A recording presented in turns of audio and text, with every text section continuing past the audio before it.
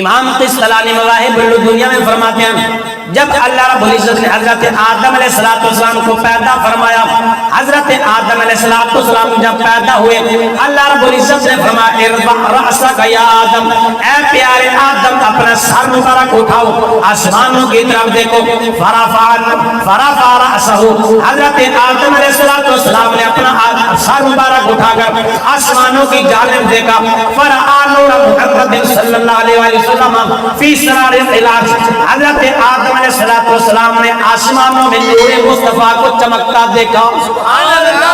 فقال یا رب ما ھذا النور، اللہ کی بارگاہ میں عرض کیا یا اللہ یہ نور کیا ہے، یہ نور کیسے ہے جو مجھے نظر آ رہا ہے، جو چمکتا ہوا نظر آ رہا ہے۔ اللہ رب العزت نے فرمایا ھذا نور نبی من ذریتک اسمہ فی السماء احمد وفی الارض محمد۔ اے آدم یہ ایک نبی کا نور ہے جو تیری اولاد میں سے ہوگا، جو تیری خوش میں سے ہوگا، جو تیری نسل میں سے ہوگا، ان کا نام آسمانوں میں احمد ہے اور زمینوں میں محمد ہے۔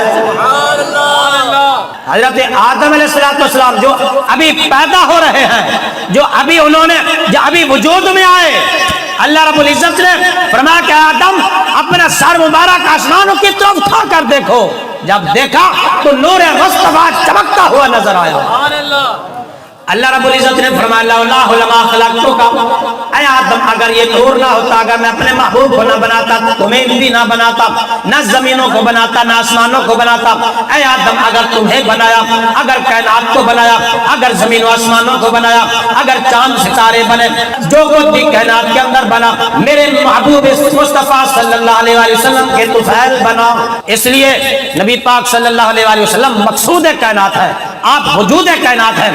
اعلیٰ حضرت امام احمد رضا خان رحمت اللہ تعالی فرماتے ہیں وہ جو نہ تھے تو کچھ نہ تھا، وہ جو نہ ہو تو کچھ نہ ہو، وہ جان ہے جہان کی، جان ہے تو جہان ہے۔ کائنات کی جان ہے، جس کا یہ وجود ہے، وجود کے اندر روح ہے، جان ہے، اگر وہ روح نکل جائے یہ وجود بیکار ہے، یہ مردہ ہے۔ اس کائنات کا زندہ رہنا اس بات کی دلیل ہے کہ جان مصطفیٰ موجود ہے۔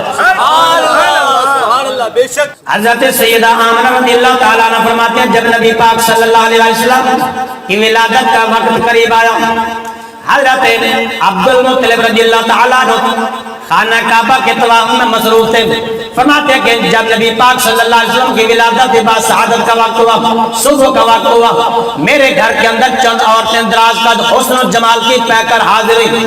میں دیکھ کر پریشان ہوئی کہ یہ عورتیں اس وقت کہاں سے آئیں اور یہ کون ہو سکتی ہیں؟ ان میں سے ایک نے کہا کہ میرا نام آسیہ ہے، یہ فرعون کی بیوی تھی، مومنہ تھی، اللہ کو ماننے والی تھی۔ دوسری نے کہا کہ میرا نام مریم ہے، یہ حضرت عیسیٰ علیہ السلام کی اماں جان تھی اور ان کے ساتھ کچھ حوریں بھی تھی۔ حضرت سیدہ آمنہ رضی اللہ تعالیٰ عنہ فرماتی ہیں جب نبی پاک صلی اللہ علیہ وسلم پیدا ہوئے فنظرت الیہ فاذا هو ساجد، جب نبی پاک صلی اللہ علیہ وسلم تشریف لائے میں نے دیکھا کہ آپ صلی اللہ علیہ وسلم سجدے میں ہیں۔